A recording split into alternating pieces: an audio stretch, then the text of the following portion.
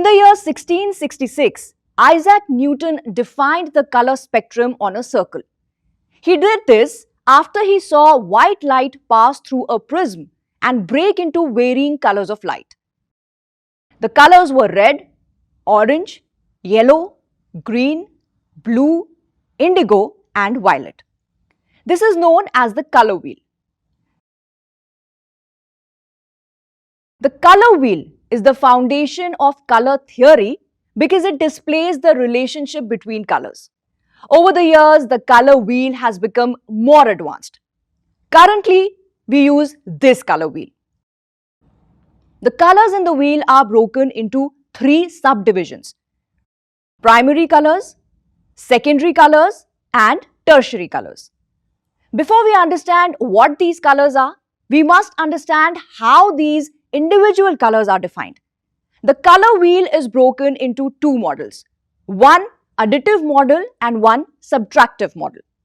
The additive model is what we use in our daily lives and how we perceive the world around us, whereas the subtractive model is created for catering to a medium printing pigments. According to the additive model, the primary colors are red, green, and blue. These are the parent colors, and when the light of these colors are mixed together, they form white light. They are the source of all the colors and cannot be created independently. This is known as RGB color wheel. Imagine this to be a patch of red light falling on the wall. This is one of the primary colors. If we add another primary color, green, right next to it, we can see that the overlapping area takes a new color. This color is yellow and this is a secondary color.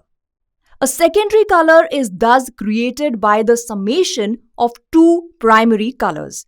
If we add another patch of blue light, we can see that now we have three more colors that have been introduced. The green and blue have formed a secondary color, cyan. The blue and red have formed another secondary color, magenta. The area where all the three primary colors overlap is white, because the three colors are the elements to create white light. If we look at the modern day color wheel, there are more colors than the primary and the secondary. These are known as tertiary colors. These are formed by the mixture of the primary and the secondary colors. The subtractive model follows the same three colors primary categorization but differs in the colors themselves. In the subtractive model, primary colors are cyan, magenta, and yellow. To understand the subtractive colors, think of a white light passing through three overlapping filters of yellow, magenta, and cyan colors. When light passes through both cyan and yellow filters, they allow only green light to pass. The intersection of cyan and magenta allows only blue light to pass. Similarly, the intersection of yellow and magenta filters allow only red light to pass. There, you have your secondary colors. If all these filters overlap, no light can pass. Hence, we have the black color at the center of the wheel. This model is called subtractive model because it works on the principle of negation of colors. Negation means absorbing of the colored wavelength of lights. When a screen with cyan pigment is kept in front of a white light, it absorbs the wavelengths of light which is opposite to it on the color wheel, that is red light. Hence, when either yellow or magenta filters are added to this, it absorbs red light from magenta giving blue color and absorbs red light from yellow giving green color. On the other hand, if we remove the cyan filter and have only yellow and magenta filters, they absorb green and blue giving out only red light.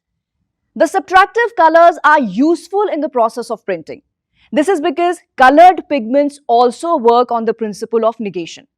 For example, if we see some colored pigment that is cyan in color, that is because when light falls on it, it absorbs all the red in the light spectrum, that is the color opposite to it on the color wheel.